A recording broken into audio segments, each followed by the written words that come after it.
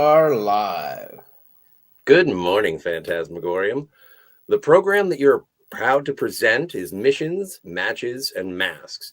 6 years after the John Woo-helmed mission, we rejoin Tom Cruise's Ethan Hunt enjoying the somewhat domestic life of an IMF instructor. Directed by J.J. Abrams and co-starring Philip Seymour Hoffman, Michelle Monaghan, Billy Crudup, Mega Q, Lawrence Fishburne, and Bing Rames.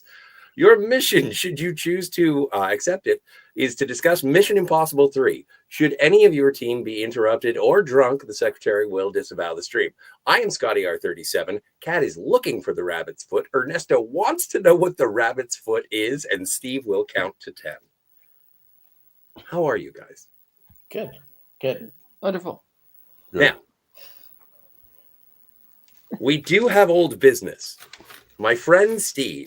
We do. But first, hello, Fantasmagorium. I'm here on time. Hey, Morgan, thank you so much. It's good to see you. We have old business. You were not here, and you were missed sorely. I was not here last week. Did you? I did watch the film. Okay. And boy, did I think it sucked. Mission Impossible 2, to be clear. Boy, was that not a good movie. So I'm like, the premise. So it starts out good because the premise of the movie is strong, right? Yeah.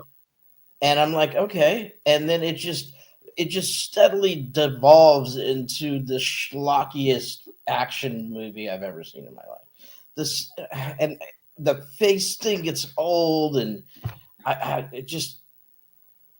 The doves. where we end up on the beach with the big old the ultimate fight scene. Oh my god, the predictability of everything. It's just, oh my god, it just doesn't make any sense. It's like, oh Jesus Christ, really?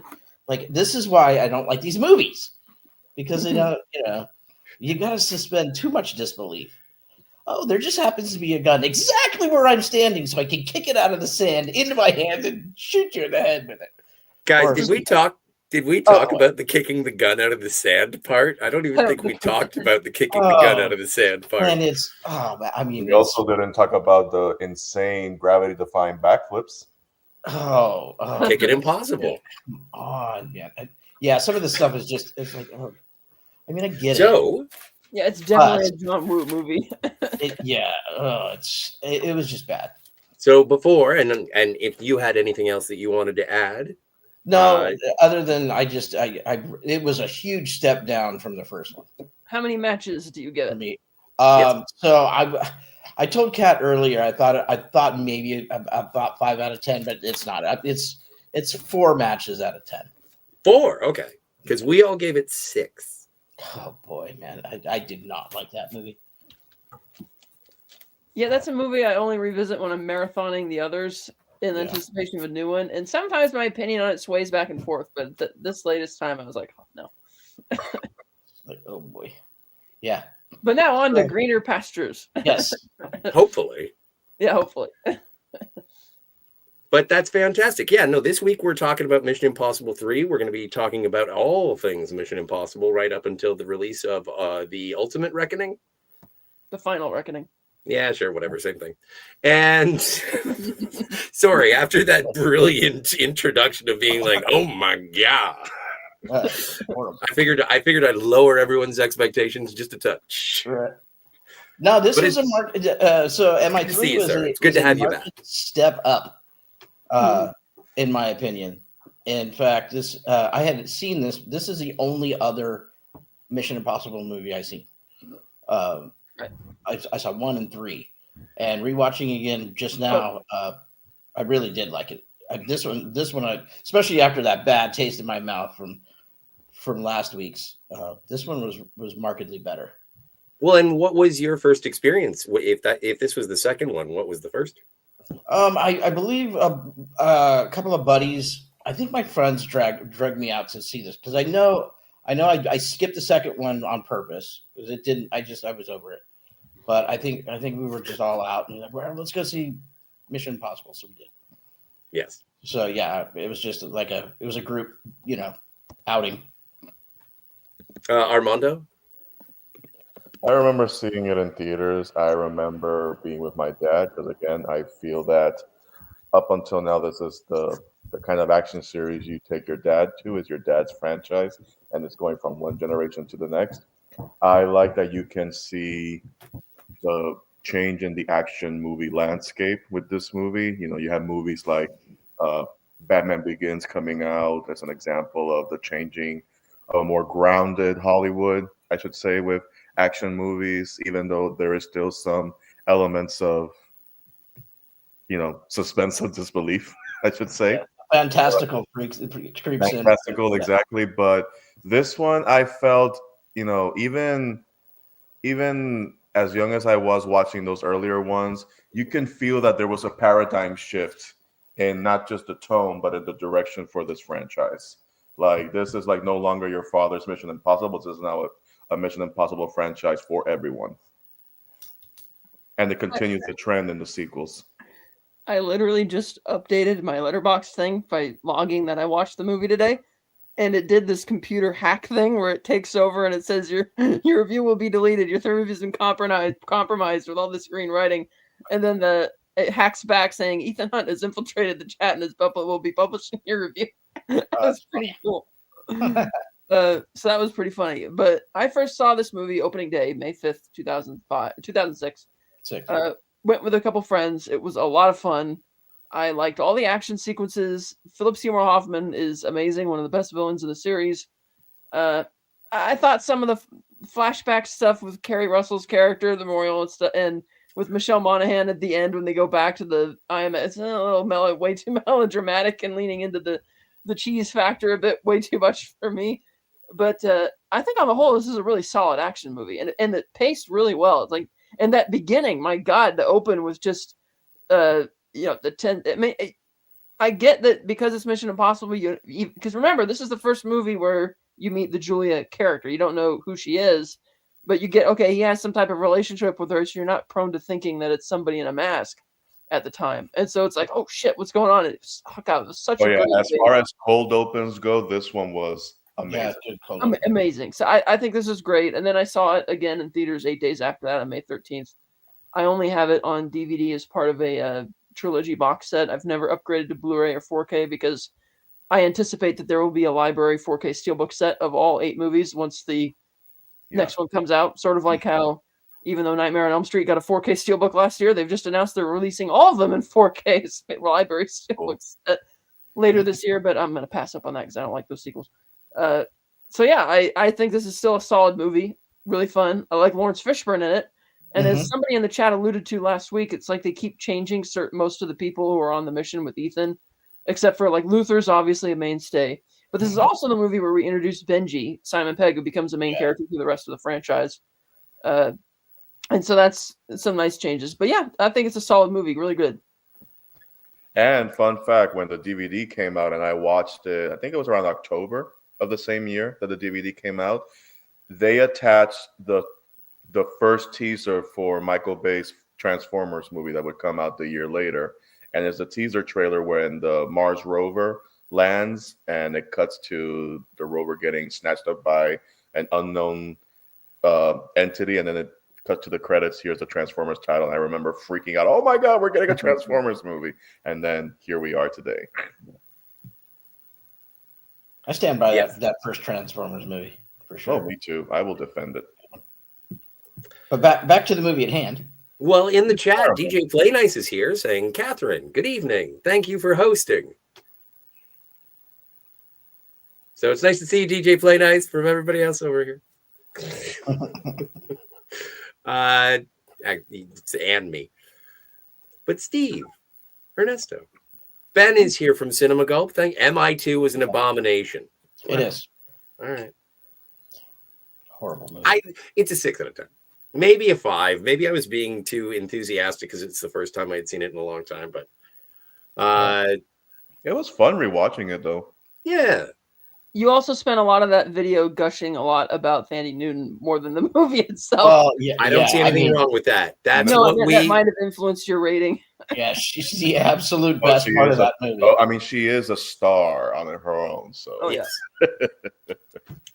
Transformers 1 is more than meets the eye, Steve. Yes, it is. It's good to see everybody in the chat. Thank you for being here. Appreciate it that you're already subscribed. I'm pretty sure. But if you're watching this on the rerun, subscribe, like, share, whatever. Also, we have another guest.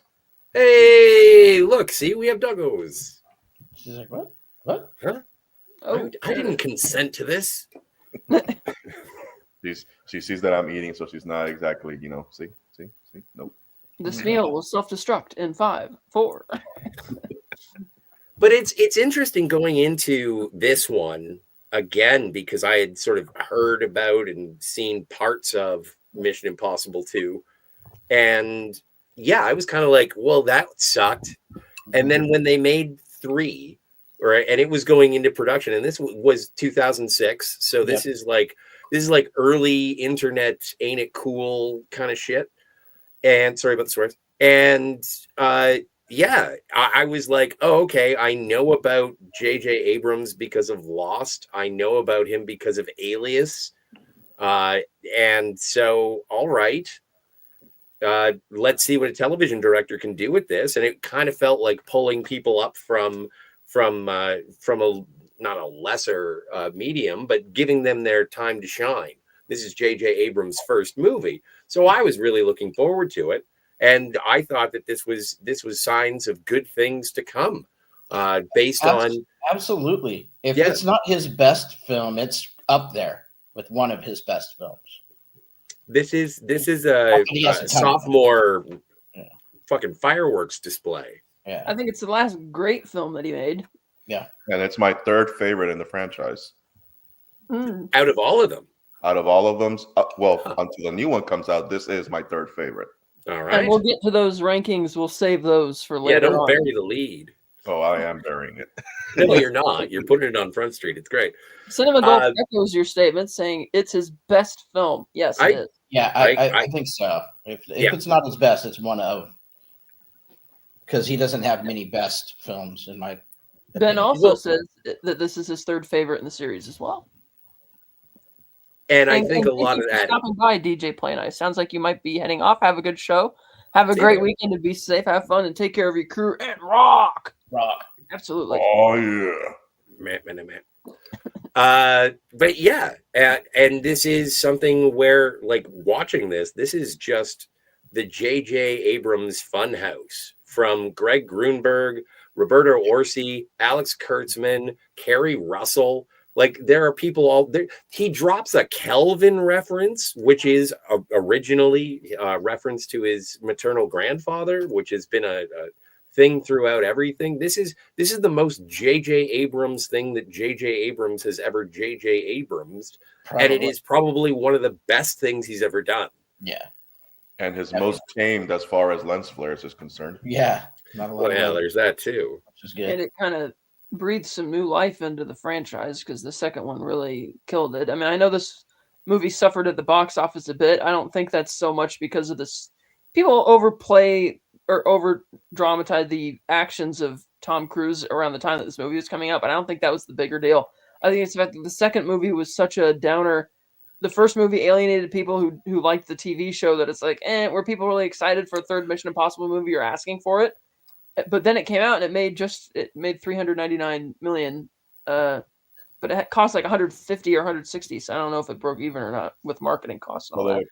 And it probably would have explained why it took a long time for the next one to come around.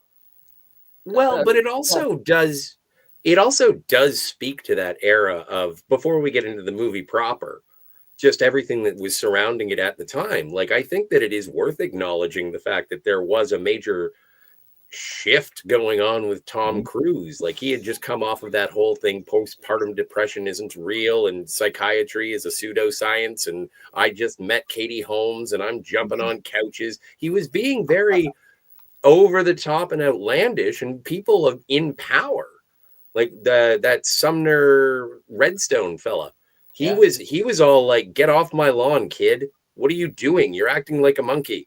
And that was one of the reasons why Paramount was disinclined to distribute things. Like, I'm sure I'm messing this up somewhat, but that this is when everyone sort of said, what's going on with Tom Cruise? Scientology was at the top of the don't demonetize at the top of the charts in this. Yeah. And so people were turning away from him in general. There was sort of a rebuilding time for Tom Cruise. And the Mission Impossible movies, I think, definitely contributed to it because he stuck with it longer than any of his marriages. And and I do think that this is the last movie that came out that was like, and I think it was the third one in a row that he had made $100 million on, and that was big money in 2006. Yeah. And opening, I don't even know if it was total. Well, right up until that point, a lot of his movies were always performing north of 100 million domestically. Right.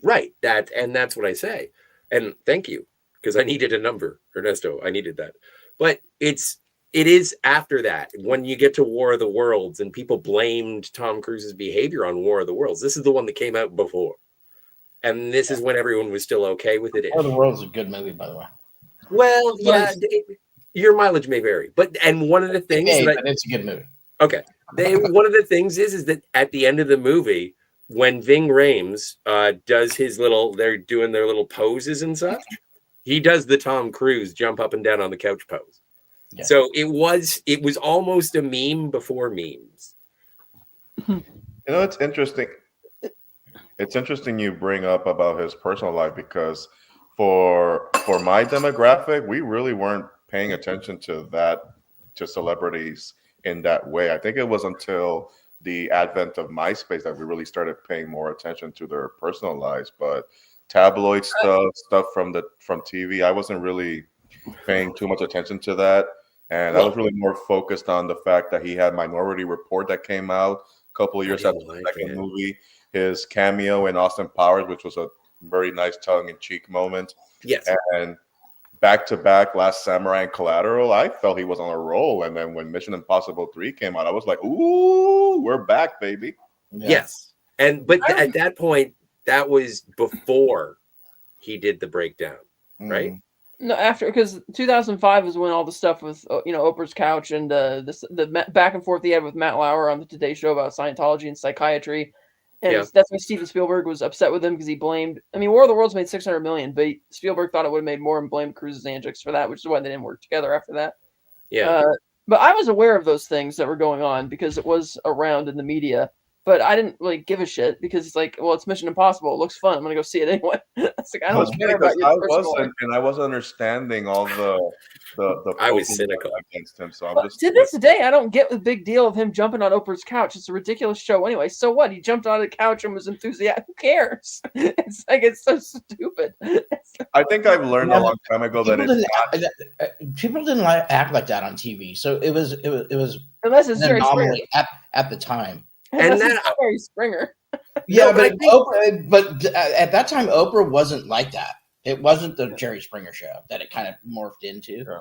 They all those shows kind of morphed into that. Yeah.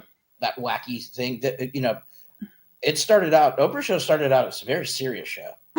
So, Ben says he always paid attention to Tom's personal life. He just never knew it. I was close. I smelled it. Yeah, exactly. I pooped in them. But that was, I think it's also in terms of when the movie was released, and the age that I was, just in terms of what kind of media I was consuming, what I was checking out. I am older. Mm-hmm. Mm-hmm. Well, is everybody still here? Yeah, no, we're here. Okay. We're good. We're breathing. We're breathing. Yes, so the cold open of this movie is fantastic. Yeah. It's like, man, talk about getting somebody right into it. I love the animated match for the beginning of this movie. And they started copying that for all the ones afterwards. Yeah. Because the opening sizzle for this one was like the drums came out beating. It's like war is about to happen. Oh yeah. Oh yeah. But I just in general about the cold open. This movie absolutely does not work without that cold open. Yeah. Mm. Oh yeah, you have the hook. Yeah. So I don't know if that's a directorial choice or if that was an editing choice. I guess or maybe it was Tom Cruise. It could have been a production thing, being like, no, let's open with my strongest performance in the entire film. Yeah. Yeah, because it's always a mission, and then it always ends with someone taking off their mask, and then the fuse, the match, everything goes. Here it's just like, oh, the mission failed. What's going on? Mhm. I mean, you get a Yes. sense that the mission is failing because he's somewhere, he's being interrogated, he's been beat up. So we're just like, what is happening here? This is not what I was expecting. Right. Oh, Mm. and it absolutely, and the movie works, but It it works. would not if it weren't for, because people complain about like, oh no, we showed up at the end of the movie, at the beginning of the movie. Slasher Fred is here. How can I interrupt Slasher Fred? And if anybody had any doubt of thinking, I mean, whatever Philip Seymour Hoffman was doing before this movie, people were just like, this is not the Philip Seymour Hoffman I saw Right. last week. This was a Right. complete shift, and holy hell, this man is talented. Slasher Fred Amazing. heard movie is one of those that's told through flashbacks like Sunset Boulevard because of how it opens with Ethan's wife being shot by Owen Davian. Yes. Yeah. But it's and- only one. It's only one flashback. Yeah, and the reveal at the end of the movie doesn't work. It doesn't work, right? It's basically the conceit of the movie doesn't work Mhm. if you don't get that cold open. So it had to have been part of the script. Well, and what I really wanted, like what I wanted to ask last week was, would this have worked better had it been Tandy Newton? No. Unless Like he's it- married to her. Well, that's what I'm saying, is that's where you would see them being like Mr. and Mrs. Smith, They could have. It wouldn't. I don't think it's better or worse. but it would be a different story. But the thing No, is, it's the her same character, story. she didn't really have many relative or a personal life connection, though, right? In her, because she's a master thief who's been traveling the world, whereas the way the character of Ethan's wife is written in this movie is she's like a homebody, Regular domestic, Yeah. like a Right. nurse, regular He's person. everything So, he's not, and he likes that. yeah, Yes, he does, and they say that the dialogue. You're absolutely right. Yeah. It reminds me of what life before this. one thing but I really agree remember. that the movie would have been very different had it been Danny Newton's character, because he would not be able to just keep getting away with all those last minute business trips. She would have been like, okay, what's going on? It always cuts out when I'm smoking. One of the things I remember vividly from the trailer is they took the scene where Owen is being interrogated by Ethan on the airplane.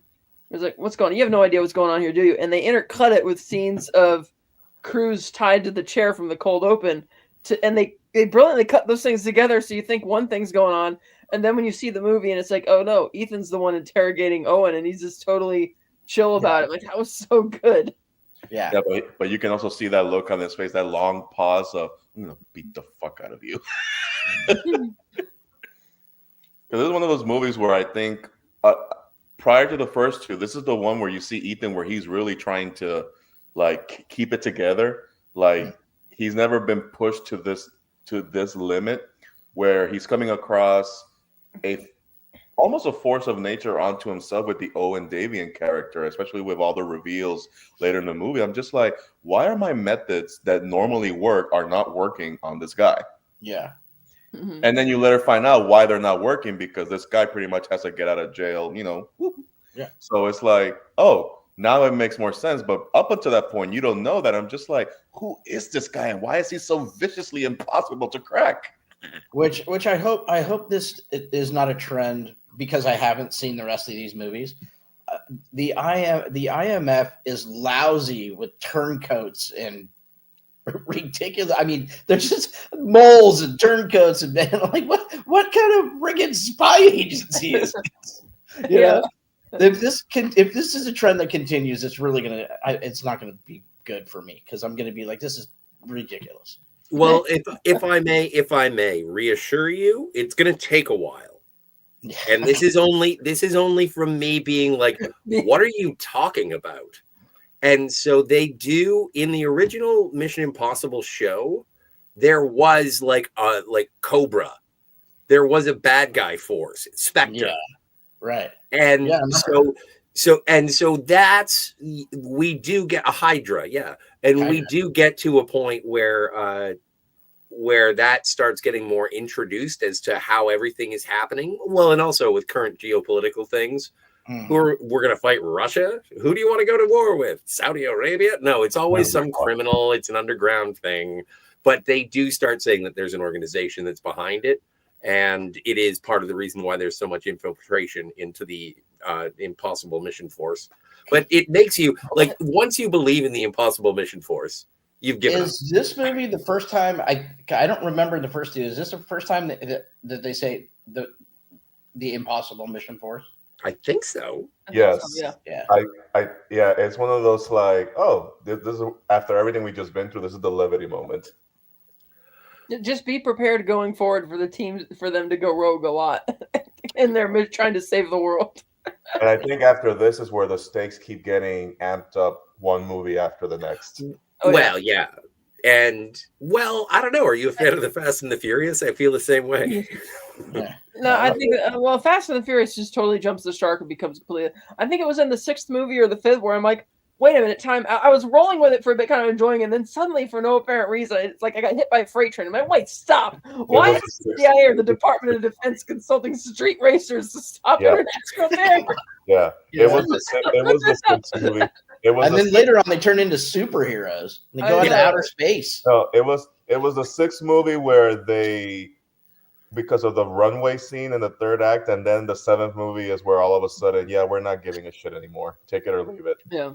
But this, I think, is the first movie in the series where Ethan Hunt feels like his own character and not just Tom Cruise. Like he's starting to become into his own as an actual character. Yeah. Like the first two, I felt it was just Tom Cruise being Tom Cruise, and like no, I can see the beginnings of Ethan Hunt here. So as good of a bad guy as Philip Seymour Hoffman is in this movie, and how much I wanted him to die at the end because fuck you. Part of me wanted him to live. I'm like, I want him to get away so we can keep having this guy, be the big bad of these movies. But he got aced by a truck. It was really good though. Spoilers. It was satisfying. For sure. I was wondering how they were going to handle the last fight because it's like, I'm sorry, Tom Cruise would probably kick your ass really quick, but they did the thing with the chip in his head, giving him a severe migraine, so that way Philip could beat the shit out of him. Yeah, because it was a little unreal. I'm like, come on, but I get it. You get it. And speaking of things that are unreal or just completely ridiculous, the helicopter chase through the big windmills or the wind turbines in the opening scene where they're just barely getting cut. I'm like, that was kind of cool to watch, but it's like, but like, I know. First of all, there is nothing wrong with that scene. Thanks, Sam. It's fun. It's fun to watch. Stop it. It is fun. I like the idea of a bladed aircraft going through blades. Like that is just, and also let's not forget Roberto Orsi, Alex Kurtzman. What do we do, guys? And they're just sitting around playing with their toys, and they're like, "Oh, I know what we should do. We should get a helicopter, take it through a wind farm." Yeah, sure, fine, good, great. We'll get you more cocaine by morning. Right. This was the precursor to the military attack scene in Transformers.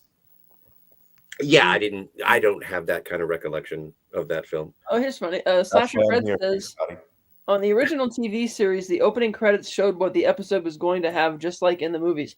Yes, because now when they do the they do that, and you see a clip show from what you're about to see for the rest of the film. And is that consistent through the rest of the flicks? It is. Yes. Cool. Yep. I like and that. They do it fast enough that it doesn't feel like they're spoiling anything. It's just like, really clever. Well, they did that in the first one. Yeah. He says it's amazing how Kerry Russell appeared in the movie about a team of spies, as she would later play a Russian spy on the series The Americans. A really good TV show, by the way. That's a great show. She was also her husband. She was a bounty hunter in The Rise of Skywalker. Yeah, she was. Because if you're going to have Kerry Russell, don't show her face. Right? Come on. I like the idea that Ethan, when he gets the mission, he has to go to 7-Eleven. It's like, really? You couldn't just hang out? It's not like there's anybody out here. You could just literally sit in the car with a guy. Nobody's going to hear what you're saying.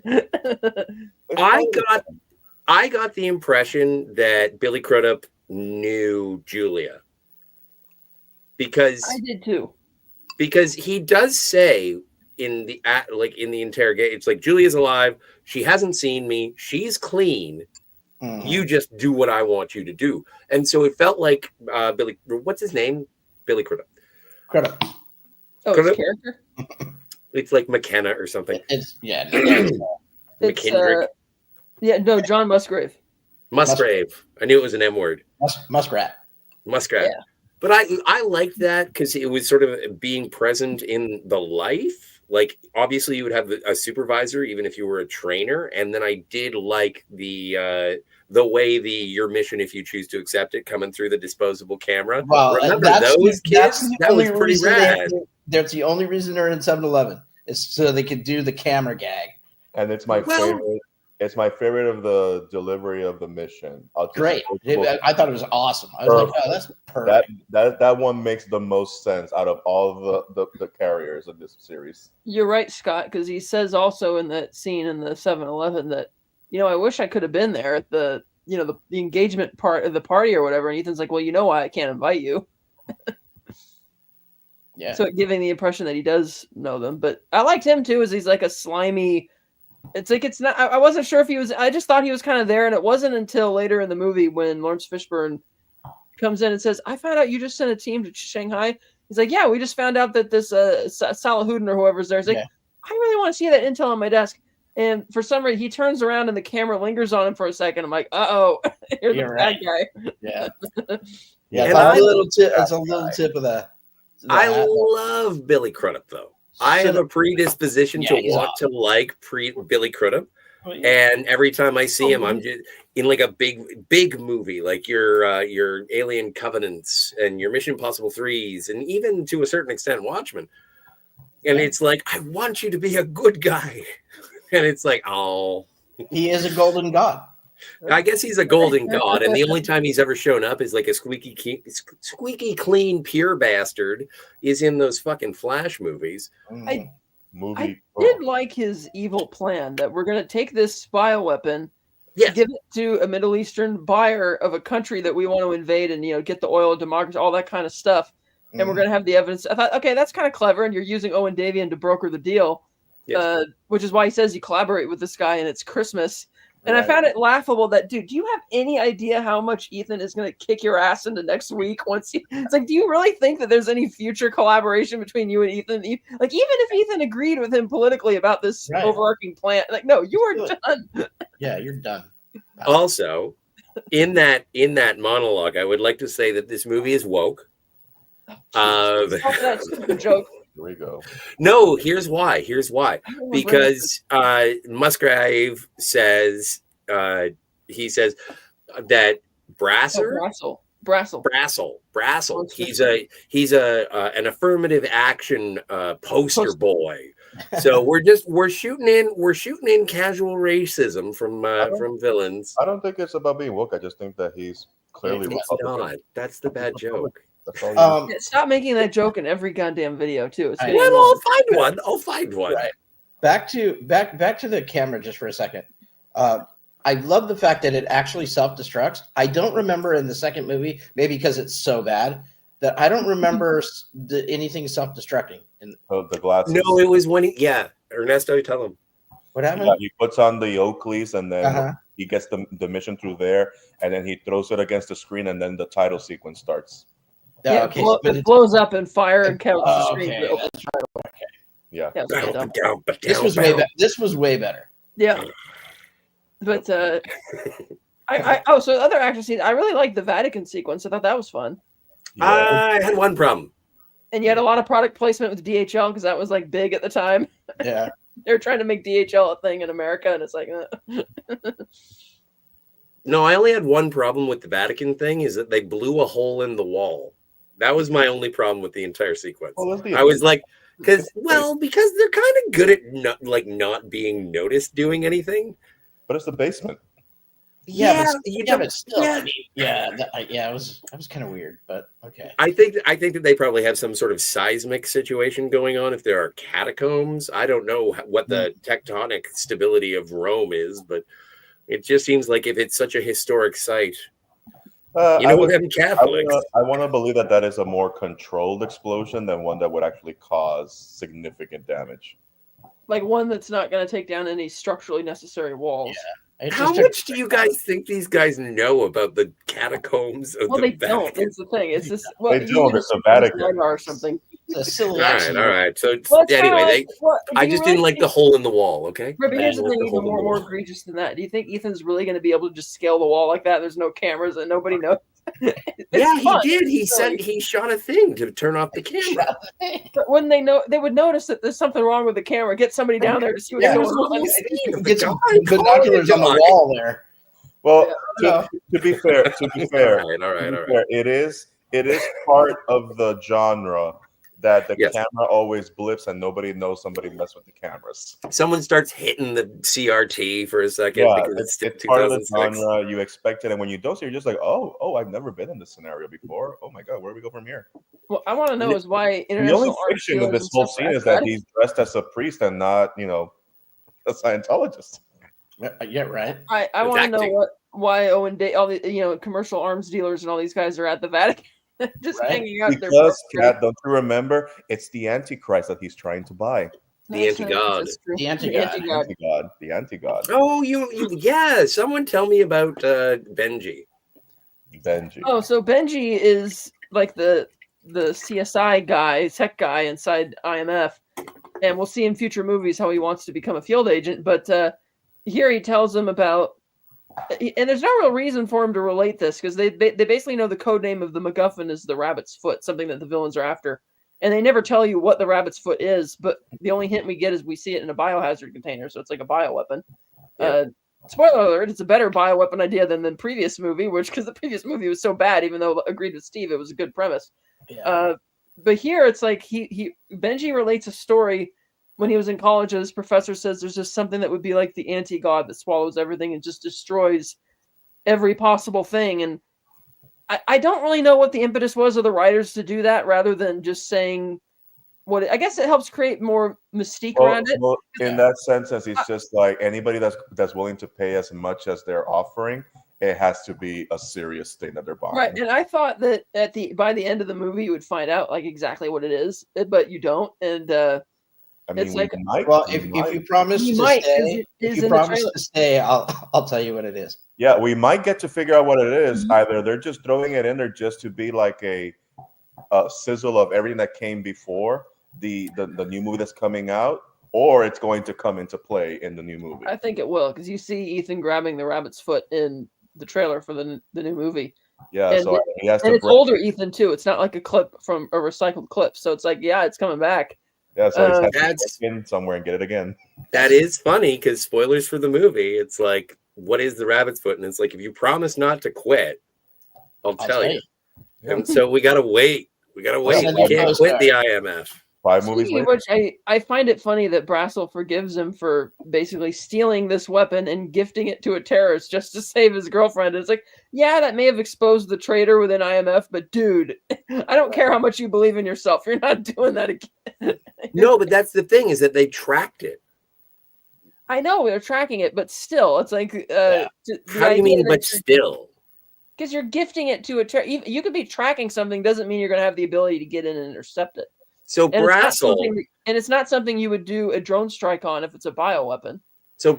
understands that in the heat of the moment, Ethan was under the impression that Brassel was a traitor to the IMF, right?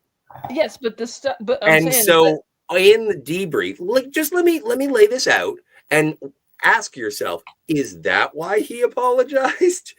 So once he was working with someone who he thought was clean, he gave them the tracking number to the valid rabbit's foot.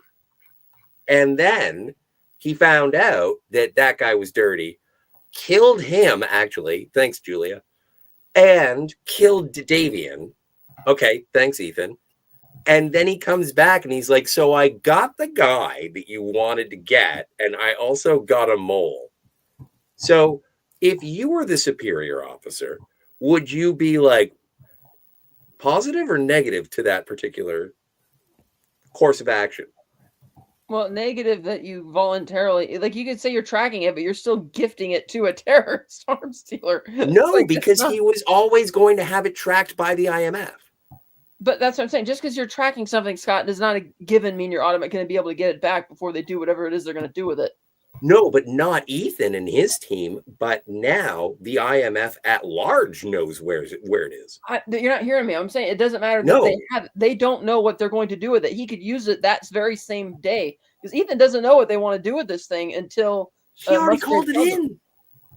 The IMF force should be going there right now. If it weren't for Musgrave going there to collaborate with Davian, then the natural response would be the entirety of the IMF force. Like there would be I don't know, some sort of infiltration.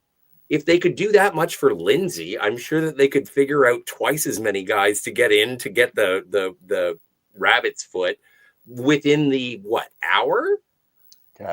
6 hours? But the thing is, if Ethan had just left the rabbit's foot where it was to begin with, it would have been safe and out of the bad guy's hands to begin with. Pat, what is our motto?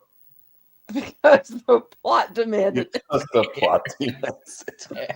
So bad. It's like, no, he's not going to. Bradley's not going to let that slide. And Steve, that bell will be rung a few more times. Yeah. Just giving you the heads up. But I think that there is a certain level of,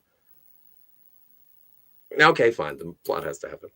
Has to happen. Can I just say that scene after the mission to save Kerry Russell's character goes south, that is one of the best ass chews that the IMF team has ever gotten by Lawrence Fishburne. That is a masterclass in ass chewing. So far. It's unacceptable that chocolate makes you fat, yet here we are. I love that. Or when he's like, please do not interrupt me when I'm asking hypothetical questions. I'm like, oh my fucking God, yes. Continue laying down the verbal smackdown. Yeah. You affirmative action See, that's interesting. That's interesting. Just in terms of the writers, they're very good at writing people who sort of dress down other people. It's good. Yeah. Mm-hmm. This is intelligence. So far, I've not seen any. Yeah, I'm thinking of like the same sort of, I don't know. I'm thinking of nothing but Star Trek dialogue, really. And I'm thinking of the Star Trek trilogy and just the way that the supportive dressing downs that Pike does, and also the negative dressing downs that Admiral Marcus does. And so I'm just sort of linking writing styles. My television died in the middle of watching this movie, and I am blaming J.J. Abrams, Alex Kurtzman, and Roberto Orsi. May he rest in peace. And may he rest. Okay, so not Roberto. Yeah. What if he's haunted and he blew up my TV? Why would he do that? Things have happened. Yeah, that's true. So how did you finish the movie? Did you get another TV? No, I just listened to it with a black screen. It was great. No, I mean, you just went down to the store and dropped a big coin on another TV. How many TVs do you think I have in my house? What is this, 1955? I had more than one. I'm just now imagining Scott just getting in his skivvies and everything and rushing towards the nearest Radio Shack to go buy a TV before the tariffs hit. Yes. Get down to the Radio Shack. Old Man Bird. Yes. Hey, Old Man Bird. Well, you'll need a DeLorean American television if you want to go to Radio Shack. Yeah, but it's Canada. You can find anything in Canada. No, that's not true. I like the action scene on the freeway too. That was on the bridge. That was really cool. Oh, that was great. Do you know where that bridge was? Expensive. Do you know where that bridge was? I think it's in Louisiana, maybe. I think it's Florida. Or is it Florida? I always think it's the True Lies Florida Bridge, but that didn't Lawrence Fishburne say something about the I-95? So that's Florida. Yeah. Virginia, Maryland. The I-95 corridor. Yeah. Oh yeah, I figured. There was a moment where I was watching it, and for me personally, because Blue was with me, and we're watching the scene on the bridge, and immediately I started doing the Mystery Science Theater commentary. And if you look to your left, you can see Arnold Schwarzenegger and Jamie Lee Curtis outrunning. That was the Chesapeake Bay Bridge in Virginia Beach. Is that what it was? Yeah.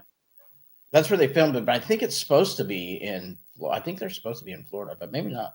No, they're not in Florida because IMF is in Maryland, where like near DC. Okay, so it's that DC metro area. Yeah. All those states are very close to each other. And then they filmed a bit in Calabasas and used ILM to add, the rest of the effects and stuff. For the bridge, for the wide shots and stuff, was the Chesapeake Bay Bridge. Okay, Wash country. is that the same as is that the True Lies Bridge? I don't know. It might be. Let me figure that one out. The True Lies Bridge, I think, is the one in Florida. Mm. Yeah, but it is long enough though. But that whole scene had a lot of tense moments. Yeah, that was the 7 mile. The True Lies one was 7 Mile Bridge in the Florida Keys. Okay, yeah. And again, this movie was really, again, for future sequels, this one was pretty laying out the blueprint of how the action sequences, the stunt work, Tom Cruise being way, way more invested than he was in the first two when it comes with the stunts and the action set piece. I'm just like, this was the blueprint.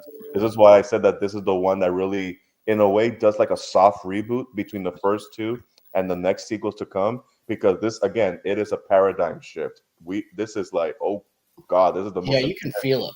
Yeah, when you're watching. This is a totally different kind of movie. And I know it was 6 years. I know it was 6 years after the second movie, but it felt like 12 years. Old Man Bird says, you guys are in top comedic form, even Lemon Pie. And Lemon Pie says, Cat is thinking, can I take another 2 hours of Scotty? Lemon Pie, you have no idea what Cat can take. A woman is a walking, talking, what's it called? Penicillin for Scotty. Kryptonite. Let me see what else I like about this movie. I mean, I like this movie. This was a good movie. I think I even like this one better than the first one. I remember. So I brought up the fact that each movie has like the big scene, and the first one is the rappelling down in the CIA. Second one, it was doing the skydiving thing inside the building, but the UCG is really bad. In this one, it's when he does the fulcrum onto the building in Shanghai. Yeah. Yeah, for sure. And I thought it was an interesting choice that once he does that, they don't actually, because like Benji's talking up and how difficult it's going to be to break into this building once you're there, and they actually skip that entire process of it. It's just him doing the fulcrum, and then it's like, how's he going to go? And then bam, he comes out. I always wondered if they actually thought about filming that scene. Like maybe it could have been like a deleted scene because this is kind of messing with the pacing of the movie. Let's cut it out entirely and just cut to the next action scene. But I always wondered if they ever thought about, hey, let's film it anyway and put it as a bonus feature. Right. But that's But maybe we might get to see a resurgence of what could have been in the sequel that's coming up, because again, it's already been teased. Mm-hmm. The one part about that scene I didn't like was when Ethan is, he's parachuting in between the buildings and stuff, and then he crashes into a room, and he's laying on the table or on the desk, right? Yeah. And then it pulls him out. I'm like, that scene right there. I'm like, come on, just release the fucking parachute, get out. No, I know. The very first thing you do is release that parachute. Let it go. You're in the building, and that was a little cringe. But for the most part, there wasn't a lot of that cringy kind of, bigger than life. You have to suspend all kinds of disbelief like the second one.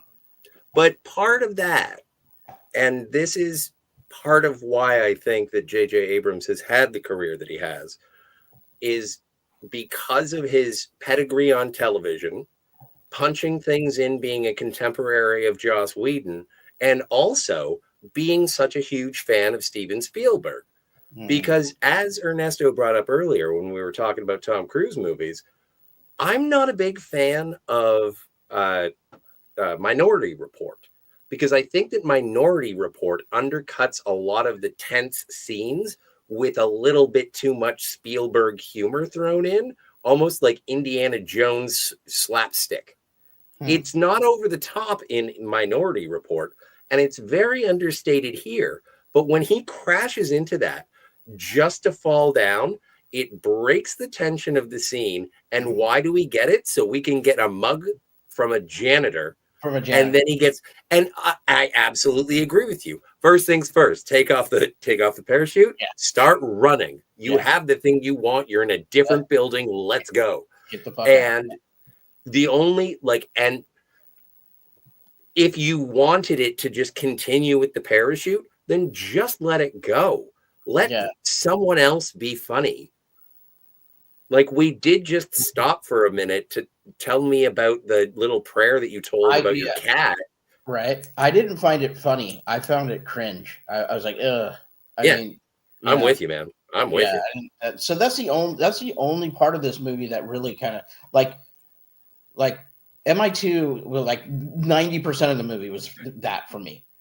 Right. This time it was that one little scene right there, and that was it. The rest of the movie flowed really well for me. I like the pacing of the movie. It's lots of action, and that's usually not my thing. Action. But this worked for me. Well, and it's very simple. Gotta get it. Gotta save her. It's a 2-act movie. Okay. Sorry, Ernesto. Oh, I wanted to close out the Shanghai scene with when Ethan communicates with the ground team. I got the rabbits, and he jumps out of the building and he's trying to, go from there to the ground, and then he's like trying to chase after the rabbit's foot because he lost sight of it. He's got to go get it.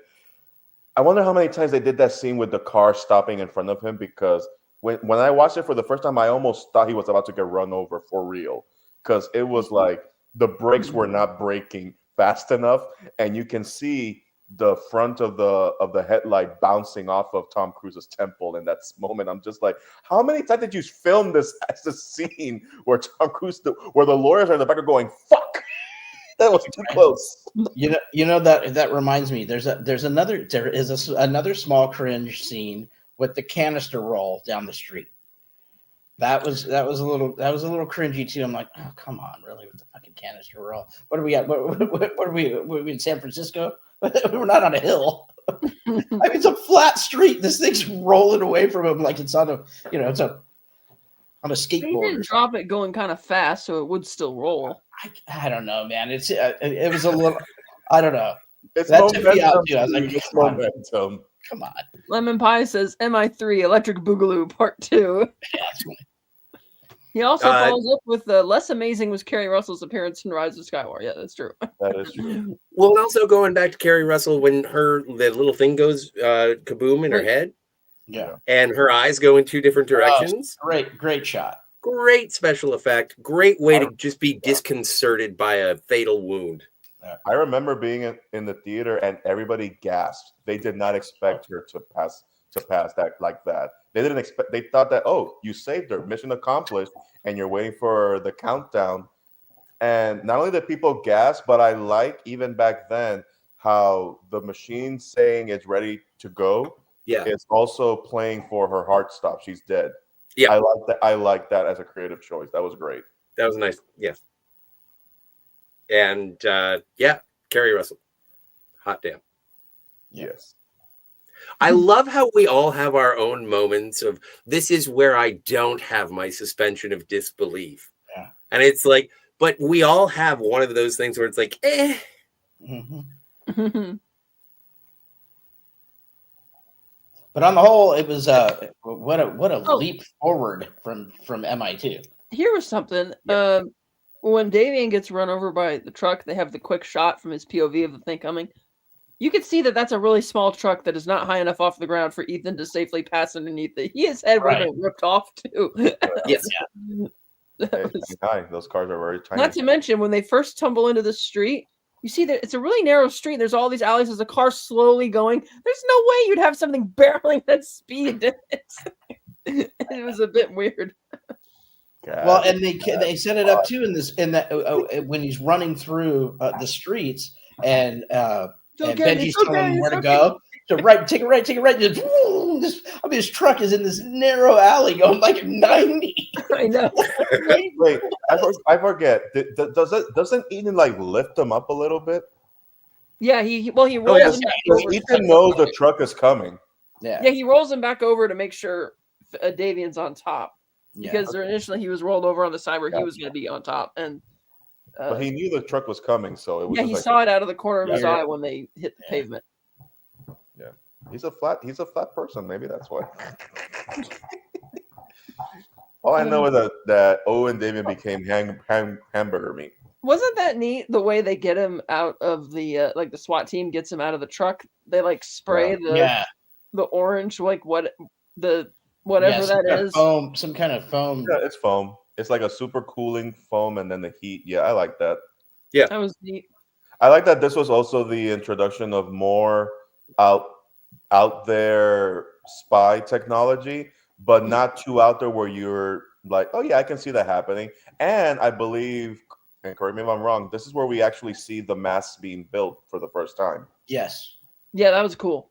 Yeah. And then each successive movie upgrades, and I like it because the way the masks are done moving forward actually makes sense with how technology these days is moving forward. Because I forget if it was the fourth one or the fifth one that around that time when 3D printers became more mass produced for the general public, that it actually felt like, oh hey, we can make our own mask if we want.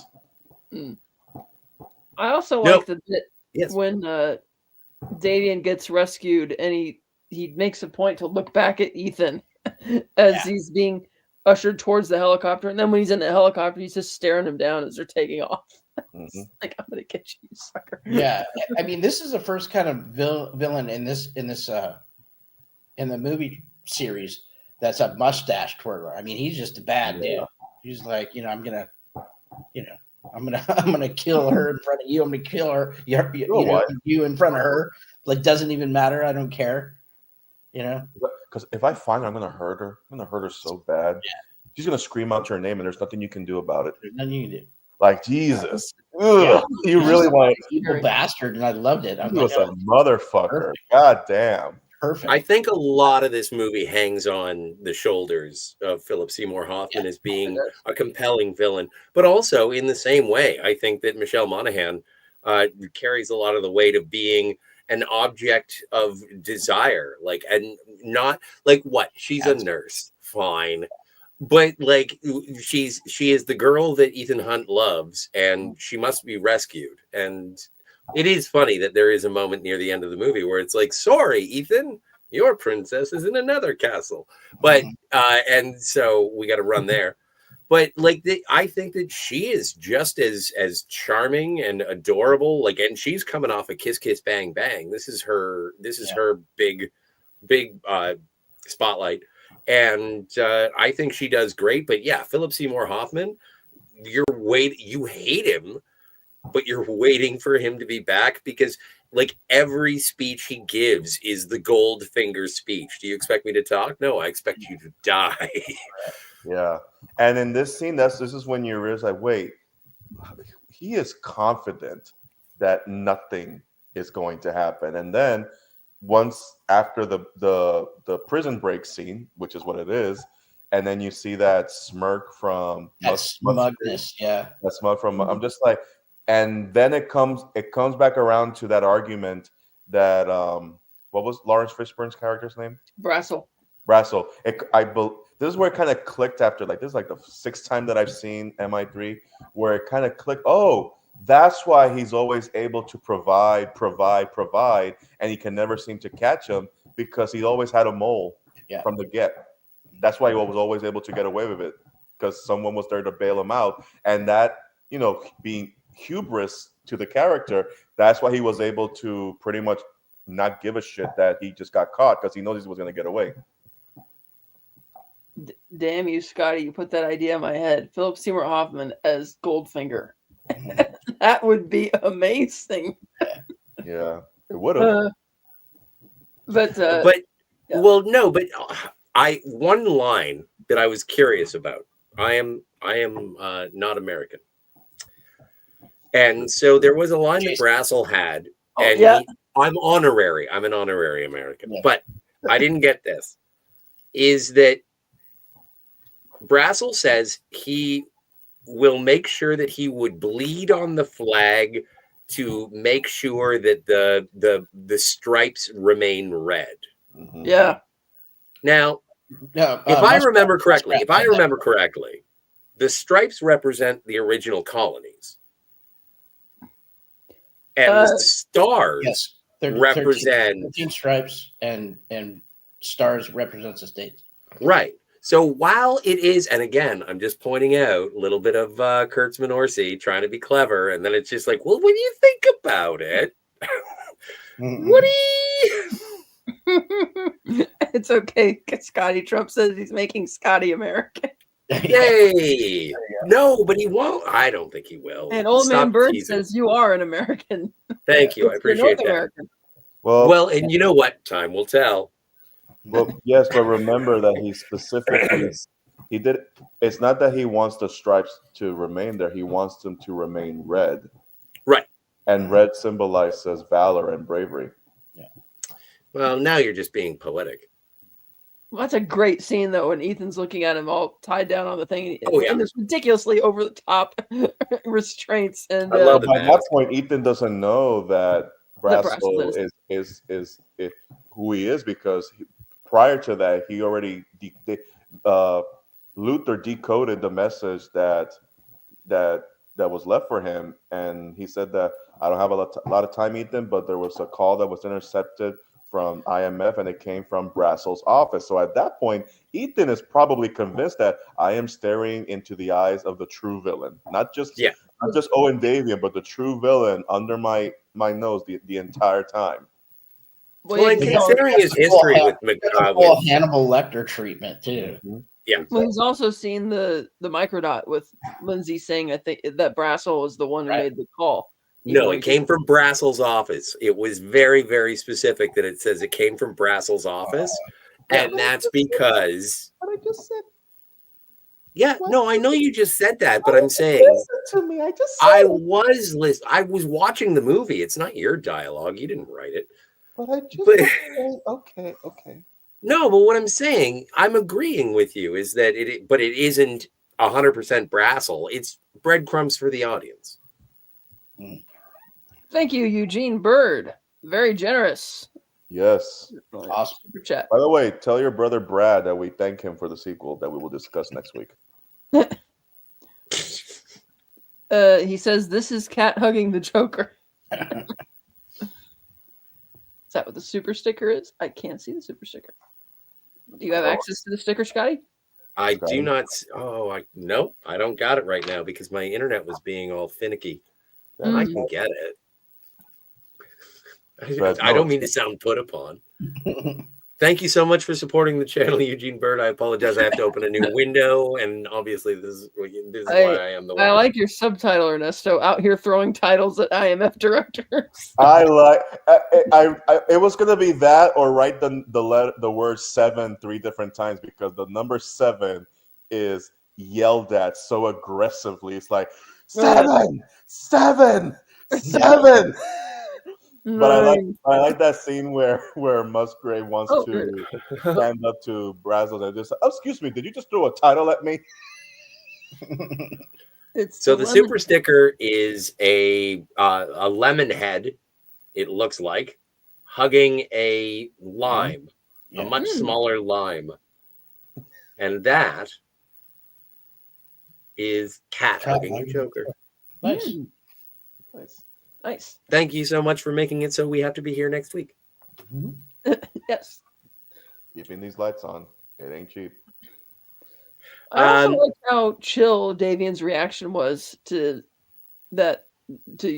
Ernesto's avatar there, seeing his, like, when he sees the guy standing behind him, he doesn't like have a jump scare moment or freak out. He's just kind of like, what? What the fuck?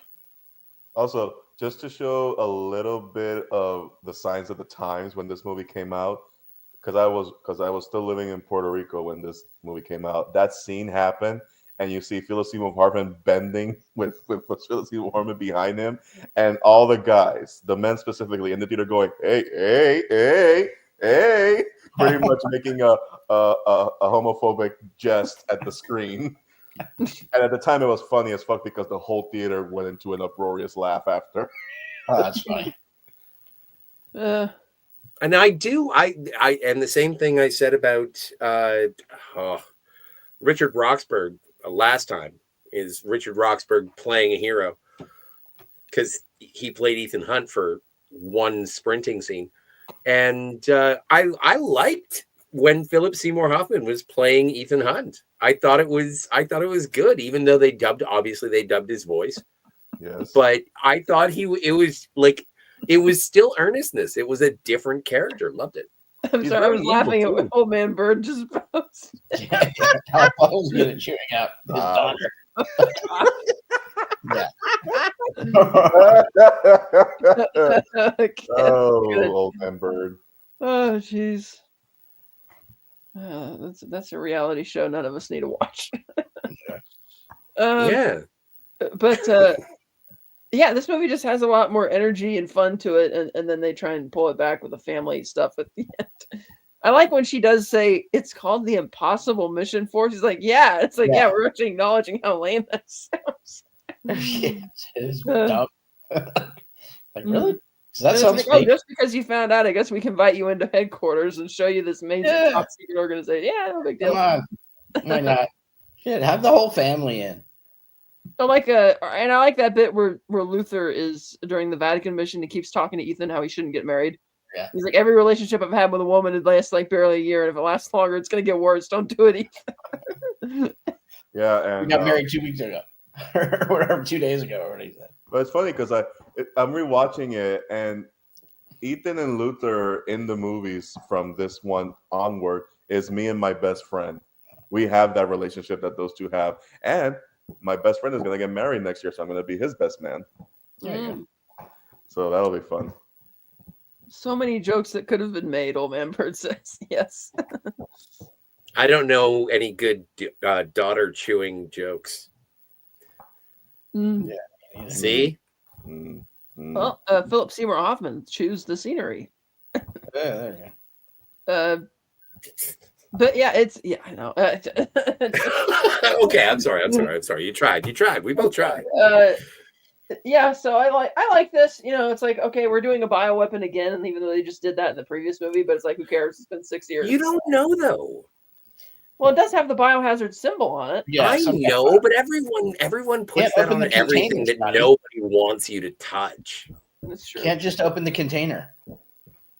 Exactly. Also, That- going back to something you said earlier, Kat, I'm pretty sure a missile can eliminate any issues with the bioweapon. It'll incinerate it on impact. No. Well, it depends on not necessarily. Yeah. Depends on the container. It'll incinerate it. It'll be fine. You can use Fire use kills everything. We're good. no, but you can use what we call a fuel air bomb. Fuel air bomb would wipe it out. It basically takes all the oxygen out of the atmosphere, out of the blast radius. It's called a fuel air bomb. Devastating. So anyway, so they get to the oh right. Anyway, we've thrown Truman Capote into a bus, and They Tom rescue Cruise. him in a helicopter. Sorry, what? Yeah, and we talked about how the SWAT team people intervene and rescue him and put him up in the helicopter. Oh no. Yeah, but I was going to say about after he gets hit by the bus, and at the end of the movie, where are we? Different. Yeah, we're at the end of the movie. Mm. All right. And he goes back in to try and get the defibrillator, and he can't get the defibrillator. Yeah. And then we get to see Julia be all girl boss. No, she does everything absolutely accurately. It takes one clip for her to kill one guy. Right. And I'm fine with that. Yeah. It's her first go, and if you don't know what's going on and you want someone dead, you're gonna empty that clip. Yep. That's what I just said. Weren't you listening to me? I thought You you were just said not communicating properly, Scotty R37. Anyway, you're welcome. We're even. Yes. Thank you. And so, but the thing, I really liked that. And again, one of the things coming off of Felicity, for the love of Pete, like the man wrote regarding Henry, like he is good at the relationship dramas and everything. And I think that when he is trying to establish the relationship between Julia and Ethan, it succeeds. And I think that Julia saving Ethan's life succeeds. Mhm. I can't wait to Yeah, see a whole lot more of her in future movies. I think JJ. I don't know who edited the movie, so this may not be exactly know. JJ's fault, but that it was a little heavy-handed with the slow mo. You thought so? Well, Yeah, in certain scenes, yeah, especially I the can end. see it. Like I don't know if we needed all that, but that's fine. Actually, that's it was a minor. edited. That's a minor gripe. It was edited by Marianne Brandon and his go-to editor Mary Jo Markey. So two Yeah, people. makes sense. Yeah. I like the slow motion in this scene when Owen Davian is, about to end her right there. He's going for the gun in slow motion.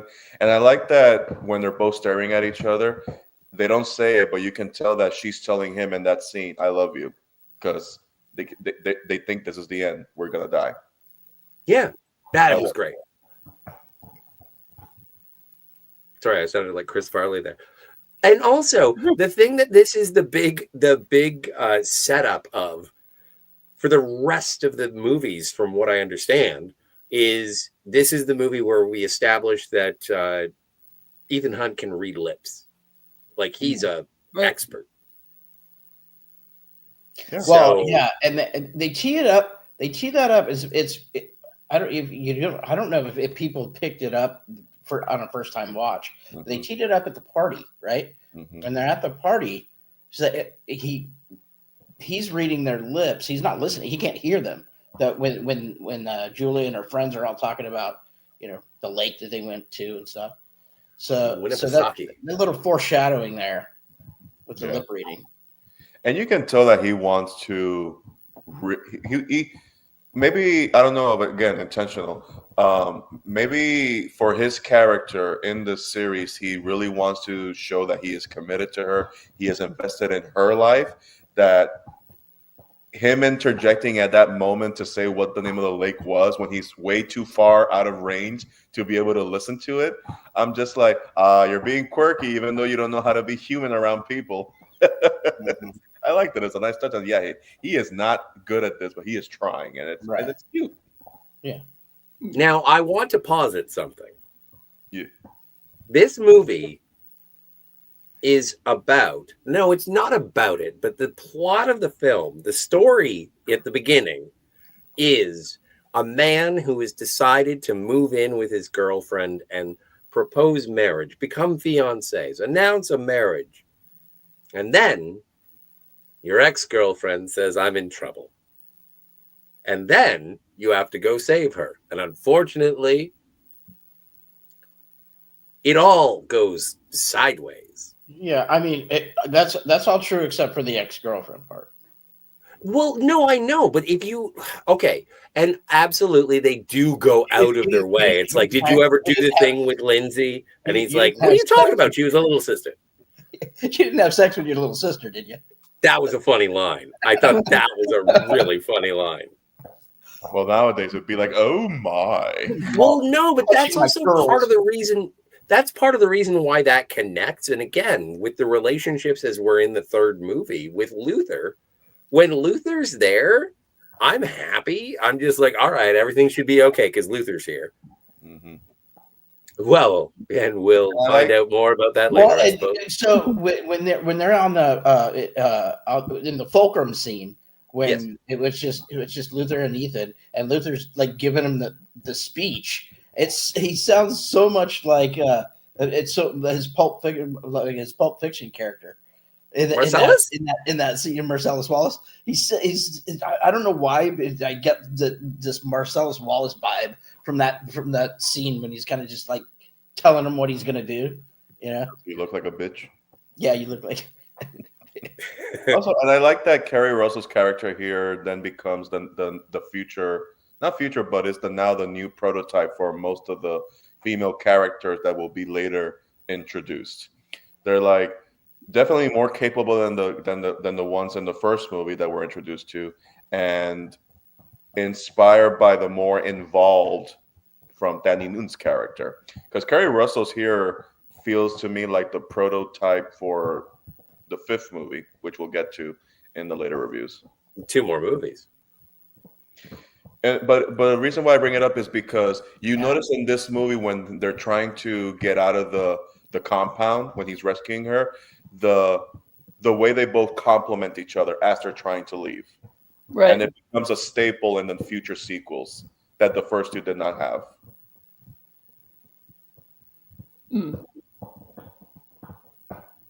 Meanwhile, my dog keeps chewing loudly. I apologize for the I like audience. that. I thought that scene was great. That extraction scene with Ethan and I can't remember her name, but Carrie Russell. Lindsay? Yeah, Lindsay. Anyone want to talk about Maggie Q? Yeah, Maggie Q was great. And talk about Maggie. Myers was great. Yeah, Jonathan Rhys Meyers was great. The rest of the team was like, I'm always curious as to who's going to come back. And so. Yeah, I think this would be the last, well, no, the fourth one would be. Because this is the second to last one where the team would rotate this much. Right. Are they all going to be the same after a while? No. It will be. They will be consistently the same once we reach Fallout. All right. Well, see. I'm not going to get ahead of myself because I just want to. Do we want to rank? Yes. Yeah, we can. Something else we haven't. Kat looked at me like she was an owl. She was like ranking. All right, let's rank. Don't forget to sign up to her letterbox. It's always something with these owls. I swear. Who wants to go first? I'll go first. Okay. What? Okay, so yeah, I'm giving it a 7. I'll give it a 7. 7. You think I won't do it? You think I won't shoot her? 7. How about you, Ernesto? I'll give it an 8. 8? Ooh. Okay. I'm gonna Oh give it wow, 7. higher than the first one. I'll give it 7.5. All right. 7 matches for me. I liked the movie. I thought it was what a refreshing, change of pace to that god awful MI2. All right. We get it. You don't like the tapioca. Boy, it was bad. Tapioca. All right. So just to keep everybody up to date so far, for the Mission Impossible trilogy, I gave the first one an 8, the second one a 6, and the third one a 7. Steve gave the first one a 7.5, the second one a 4, and the third one a 7. Ernesto gave 7.5 to the first Mission Impossible, 6 to the second one, and 8 to MI3. And Catherine, 6.5 for Mission Impossible, 6 for Mission Impossible 2, and 7.5 for Mission Impossible 3. Does anyone want to change their scores? No. No. No. All right. Great. Super. Well, I think we did it, fellas. We did Lady. do it. We did. Any submissions for the trailer voice needed for tonight? Anyway. Yes. Just beneath, if you're in StreamYard, the highlighted super sticker, if you could say in the trailer voice, here we go, say this. This cat is hugging the Joker. There we go. There we go. Oh, wait. And then say this. It's the lemon hugging the lime. All right, you got to say the next one. Okay, give me a moment, because I don't want to break while I say it. Jesus Christ. Alec Baldwin is good at chewing out his daughter. Oh, thank you, Lemon Pie. Yes, we're very Thanks. happy to do You're this. very welcome, Lemon Pie. Thanks, definitely J.J. Abrams' best film is what we can say about this film. Yeah, absolutely. I would say that for sure. So thank you, Lemon Pie, Old Man Bird, Slasher Fred, Ben, DJ Play Nice, Rock, and Phantom Organist. We appreciate all of you showing up for the show tonight. We are here. Thank you so much for coming. We like you. Oh, this live stream will self-destruct in 5 seconds. 5, 4. Three. 3. 2.